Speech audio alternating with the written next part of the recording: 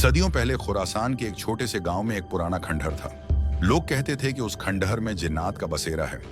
रात होते ही वहां से अजीब अजीब आवाजें आती, कभी औरतों के रोने की, कभी किसी के हंसने की, कभी जंजीरों के घसीटने जैसी। गांव वाले दिन में भी वहां जाने से कतराते थे।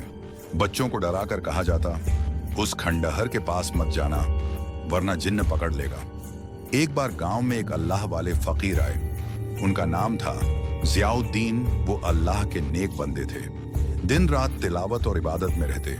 गांव वालों ने उनसे अर्ज की, हुजूर, ये खंडहर हमारी जान का दुश्मन बन गया है। रात को हमारी औरतें और बच्चे डर से सो नहीं पाते। कृपया इस आफत से हमें निजात दिलाइए। बुजुर्ग ज़ियाउद्दीन ने वुजू किया, 2 रकत नमाज अदा की और खंडहर की तरफ निकल पड़े। जैसे ही अंदर दाखिल हुए, अजीब सन्नाटा छा गया। हवा अचानक ठंडी हो गई। जाले से ढकी टूटी दीवारें ऐसे लग रही थीं जैसे कोई उन्हें घूर रहा हो। अचानक अंधेरे में एक परछाई हिली, फिर दूसरी, फिर कई कई आवाजें गूंज उठी। वापस लौट जाओ, ये जगह हमारी है।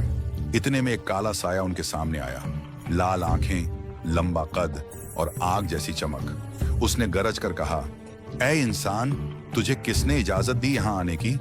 ये हमारी बस्ती है। बुजुर्ग ज़ियाउद्दीन ने सुकून से जवाब दिया, ये जमीन अल्लाह की है।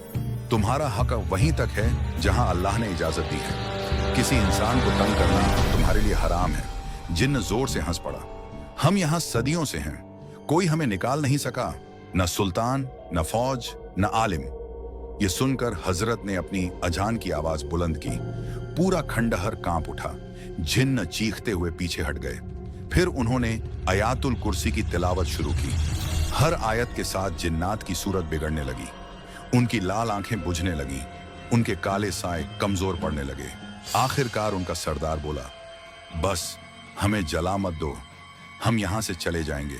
कसम उस अल्लाह की, हम अब किसी इंसान को नुकसान नहीं पहुंचाएंगे। बुजुर्ग ज़ियाउद्दीन ने उन्हें अल्लाह का हुक्म याद दिलाया और कहा, अगर वाकई तौबा करते हो तो इंसानों को तकलीफ न देना, और अगर फिर जुल्म किया तो अल्लाह का अजाब तुम्हें मिटा देगा। उसके बाद जिन्नात वहां से गायब हो गए। वो खंडहर फिर कभी डरावनी आवाजों से नहीं गूंजा।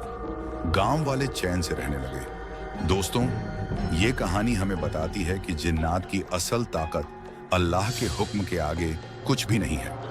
असली हिफाजत अल्लाह के कलाम और कुरान पाक में है। इसीलिए हमें चाहिए कि हम अस्कार, दुआएं और तिलावत कभी न छोड़ें।